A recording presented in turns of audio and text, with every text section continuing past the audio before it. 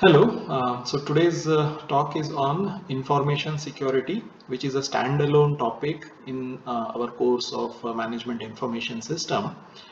And we'll be talking about only 3 points here. I just have 3 slides on this.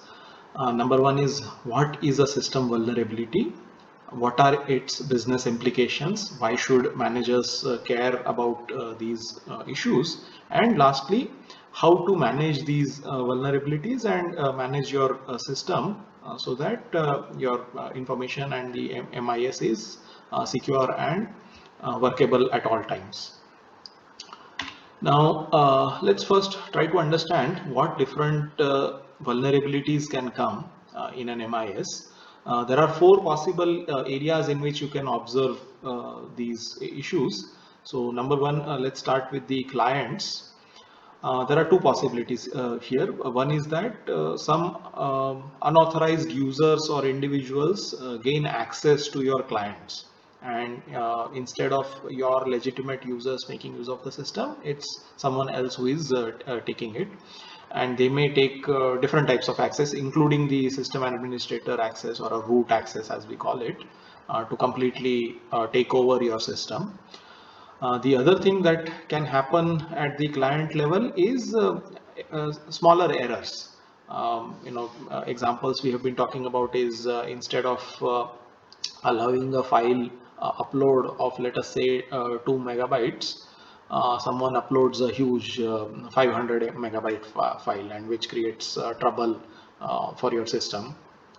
There can be abuse of the system, where instead of using it in a normal way, uh, the clients, that means the computers at the client end are getting used as a um, in an inappropriate way. So your system should be able to withstand that. I can give a simple example of WhatsApp, where all of us use it for messaging, and we do attach files. So normal use, the WhatsApp specifies that the videos can be smaller than 16 megabytes or something, and anything greater than that would be an abuse. So to stop this thing from happening, because WhatsApp is used by billions of users, so they, in their application itself, they do not allow any uploads greater than this right at the client level, so that such an abuse cannot happen. Next issue that can happen is with the communication lines, because today's information systems are not single standalone server. They are enterprise wide servers, or quite often they are applications on the cloud, and which is being accessed by so many employees across the organization. So there are 4 or 5 vulnerabilities that are created because of this use of communication link. Number one is tapping, where someone is, it's similar to phone tapping. Someone is basically taking a parallel connection to your system, and then they are basically hearing what is happening on that. Sniffing is a little more passive, but there again, you are basically trying to look either uh, directly or indirectly to understand what is going on in those communication lines.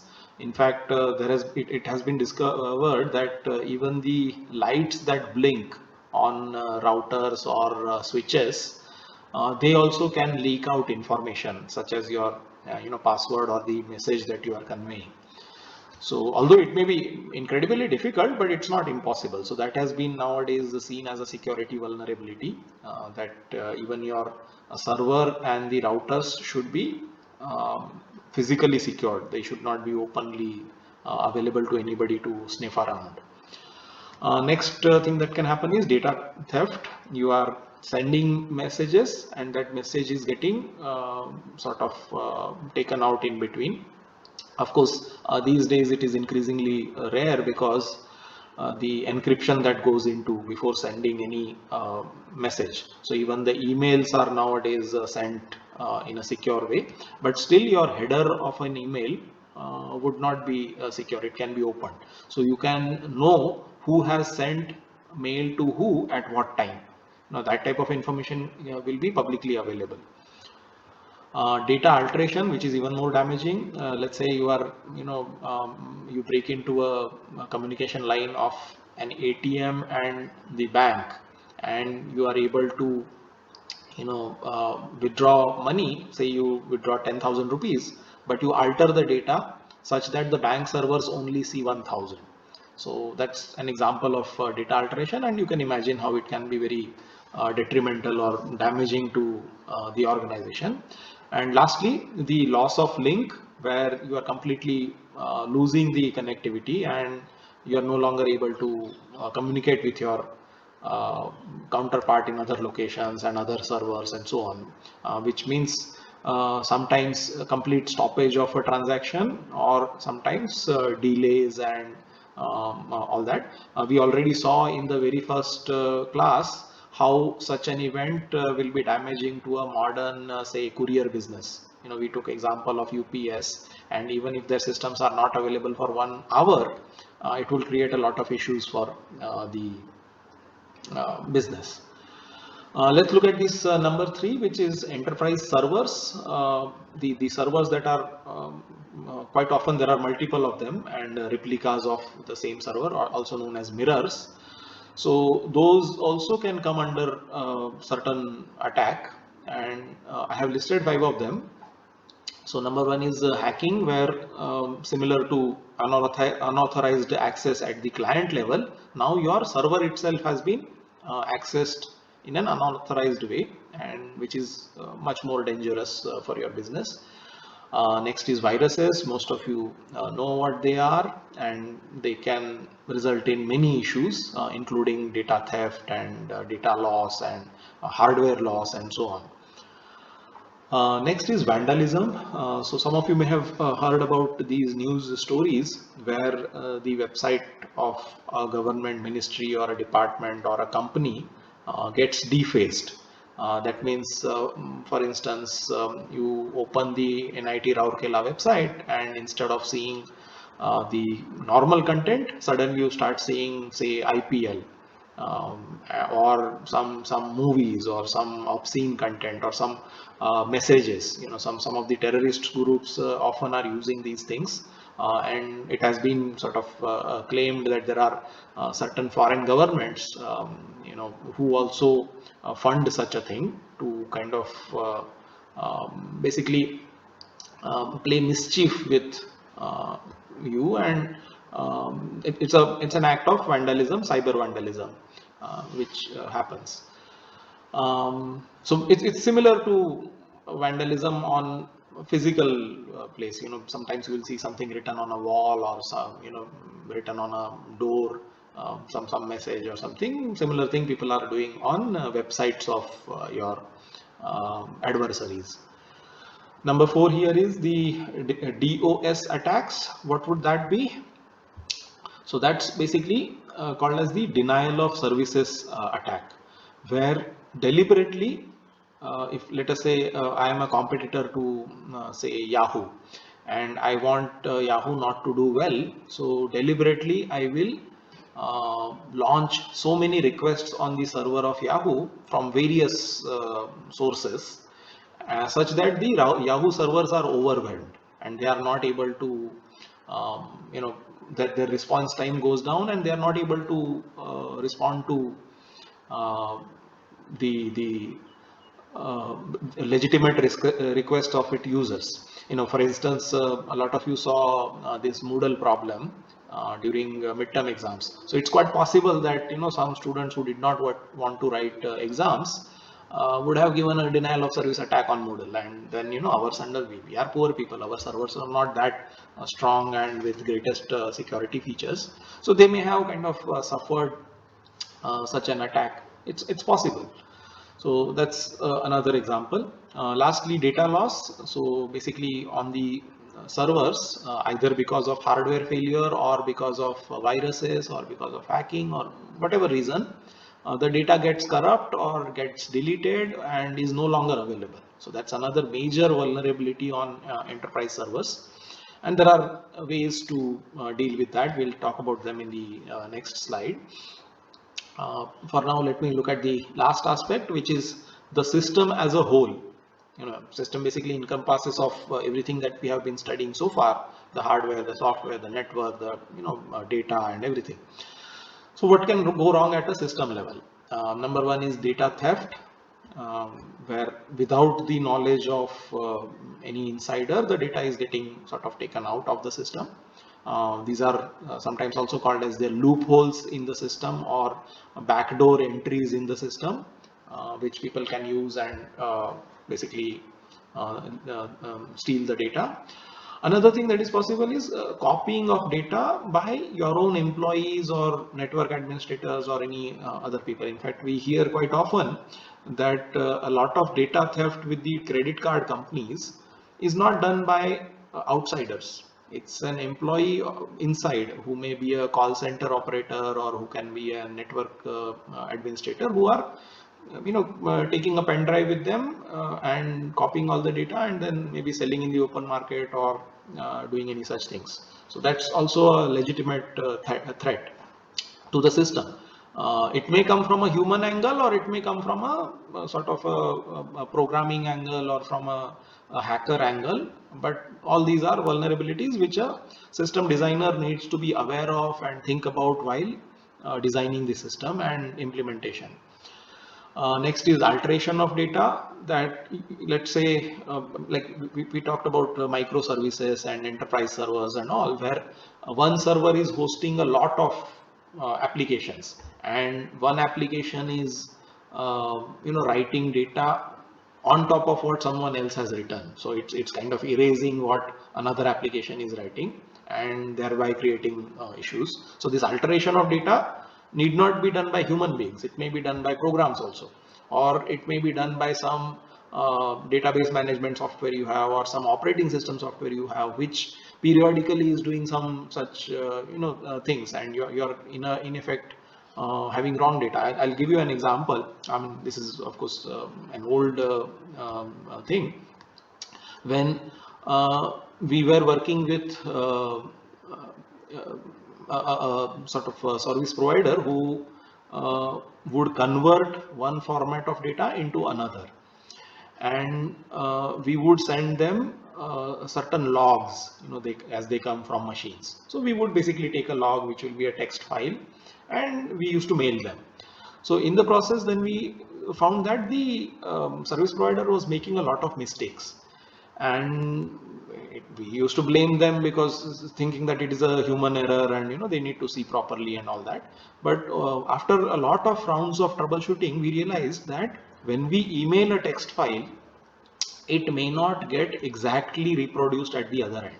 Sometimes a dot may become a comma, or a dot may become a zero, or some such character changes may happen in an email transmission. So this is 15 years ago. I don't know whether that happens even today, but that's another example of alteration of data. We are sending something and it gets changed in translation. So that's another vulnerability which your system can have. Hardware failure we just talked about. In fact, there was a major event at Tokyo Stock Exchange about I think last year around this time, where because of one similar to a computer booting up, they have a sort of boot up process for the whole exchange to go live, and every day morning they do this. So one key component had failed, and as a result, they were not able to run trades on that whole day. That they could not start the exchange. So such things can happen. Hardware failure. Similarly, software failure, where the software does not behave as you expected it to behave. In fact, I keep giving this example: the income tax portal of the Indian IT department, as has been developed by the Infosys, does not behave as expected. I mean, it has been failing, it crashes, and it gives some weird errors and all that. So all these are other issues, software failure related issues, that your corporate system may face or may be exposed to. So broadly, we saw these four vulnerabilities at the level of the client. That means a user which can be a terminal or which can be a web client or any other application, etc., whatever. Communication lines between client and a server, or between two servers, or yourself and the internet, or yourself and the cloud server. So all possible communication lines, your own enterprise servers, and lastly the system that you have put in place. At any of these you could have any of these vulnerabilities as we discussed. Moving on, we'll now talk about what happens. I mean, what if? Why should we care? So there are two broad implications. Number one is the legal implication, and number two is the economic implication. So first, legally speaking, if your systems create some issues, it can land you into legal trouble. You know, your customers or government or someone else may take you to court for doing all this, or not keeping your systems well. So number one is the privacy issue, and I'm sure most of you are quite well aware, and we saw it in some presentations made by our colleagues regarding data, that how data privacy is important. So places like Europe are quite progressive on this front, and they give a lot of protection to the data that has been given by an individual to an organization. So you may have uploaded a photo on Facebook.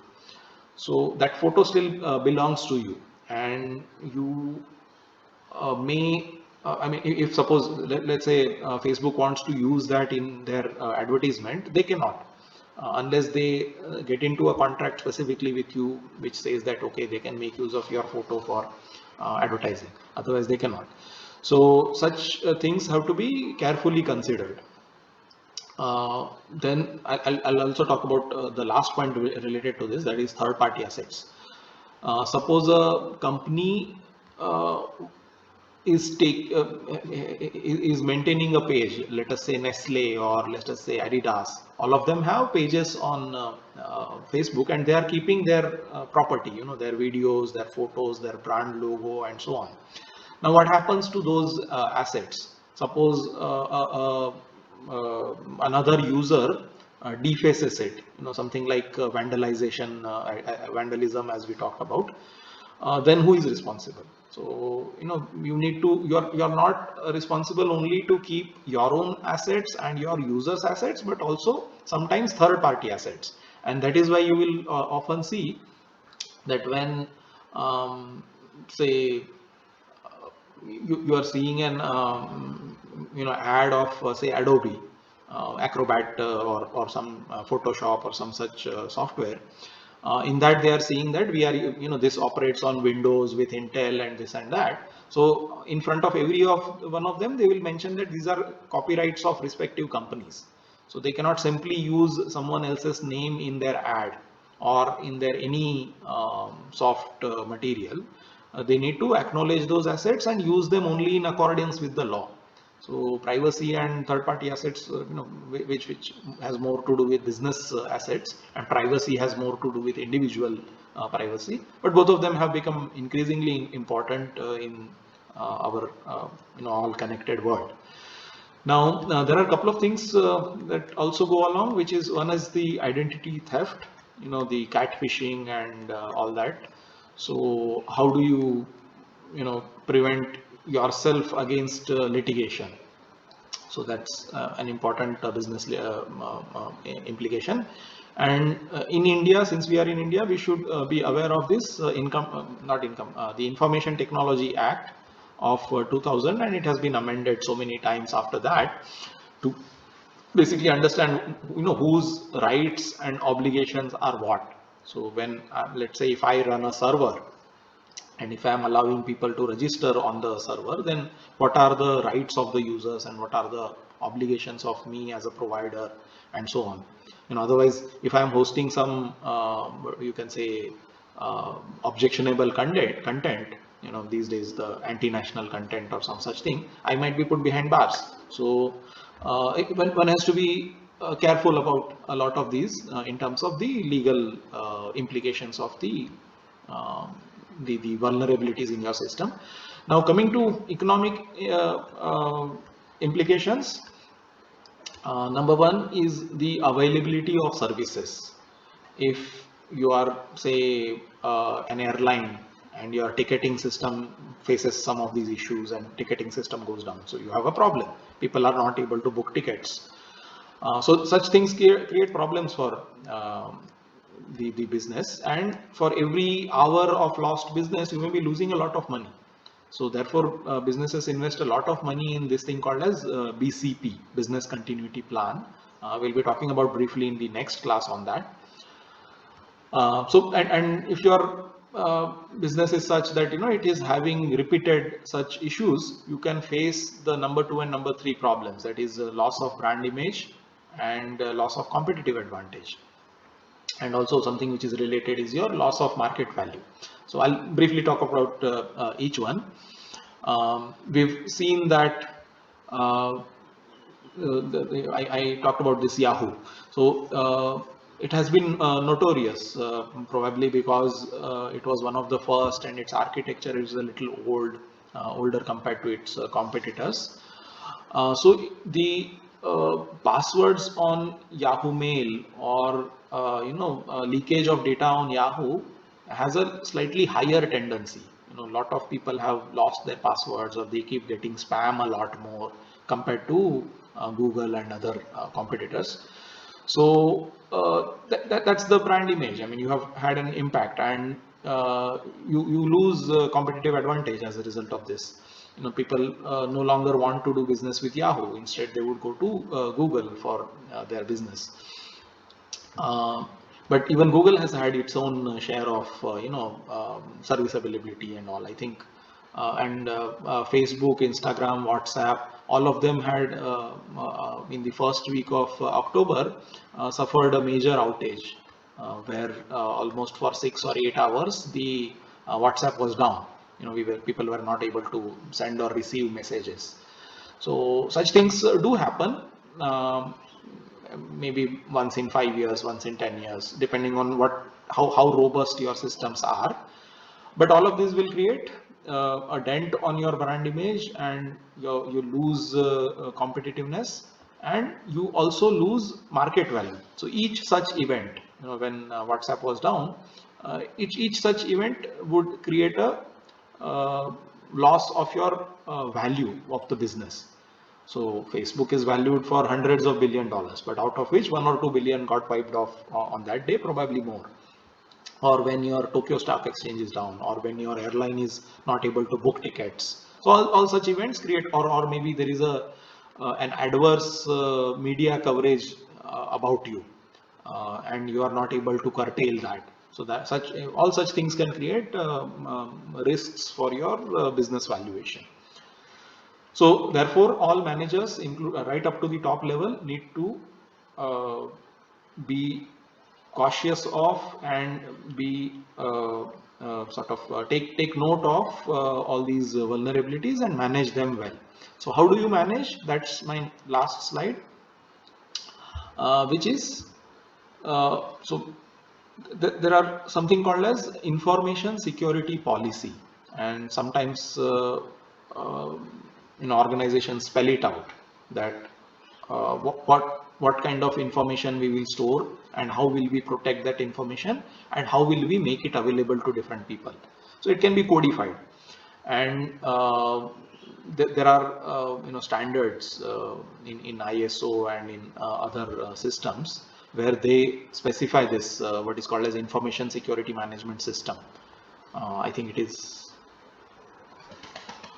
177, no, that is a different one. So I don't remember the number of the standard. I'll post in the comment later.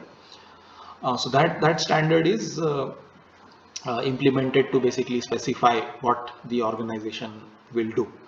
Subsequently, audits are conducted, such as data audits or system audits, to see whether your system is as your policy is stating. Are there any gaps? Sometimes we may have a policy of changing passwords every 3 weeks, or every 1 month, but people may not be changing it.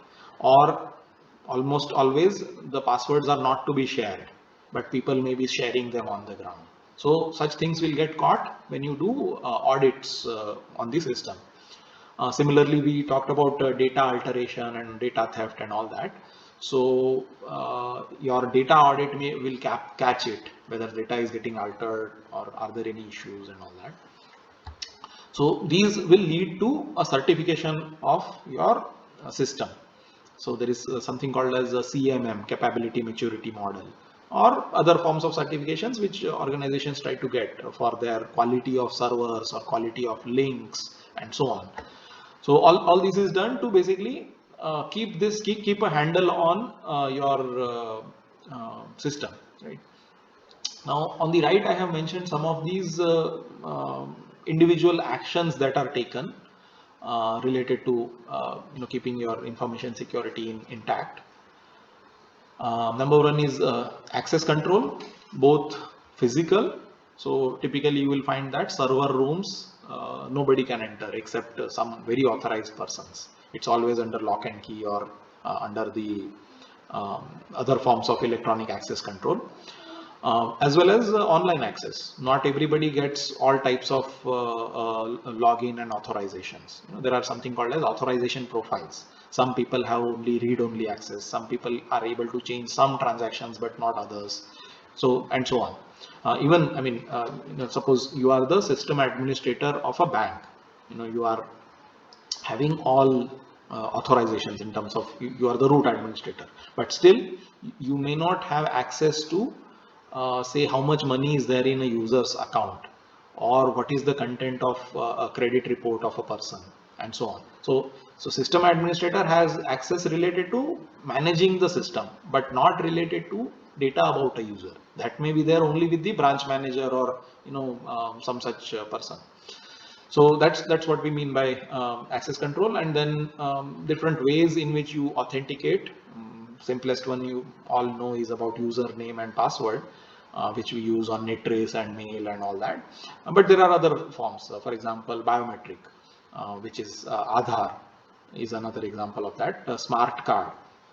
So the ID card which will be given to you by NIT, it is a smart card which can act as your library card, or as at many places it can record your attendance and so on. Sometimes like if you go to metro railway, these smart cards are used as ticketing systems. So these are different ways of authenticating whether this is the same person or not. And you can have tokens, including digital tokens, or you can have certain something called as RSA key. There are certain algorithms pre-printed on a device, and the device gives you a number which is kind of an OTP, one-time password, which gets used whenever you are trying to log in and all. So there are various ways of authentication that happen, including, I mean, if you are very interested in this, you can see any of these MI movies, Mission Impossible movies. They make use of so many of these. Then firewalls, which basically block the traffic from one way to other on certain ports, or from certain servers, or from certain countries, or certain other profiles of certain networks and all that. Intrusion detection systems, which basically help in if at all some of these happens, it gets logged and caught, and you are able to investigate and so on. Antivirus software, most of you are aware of it. Then all of this can be unified into these things.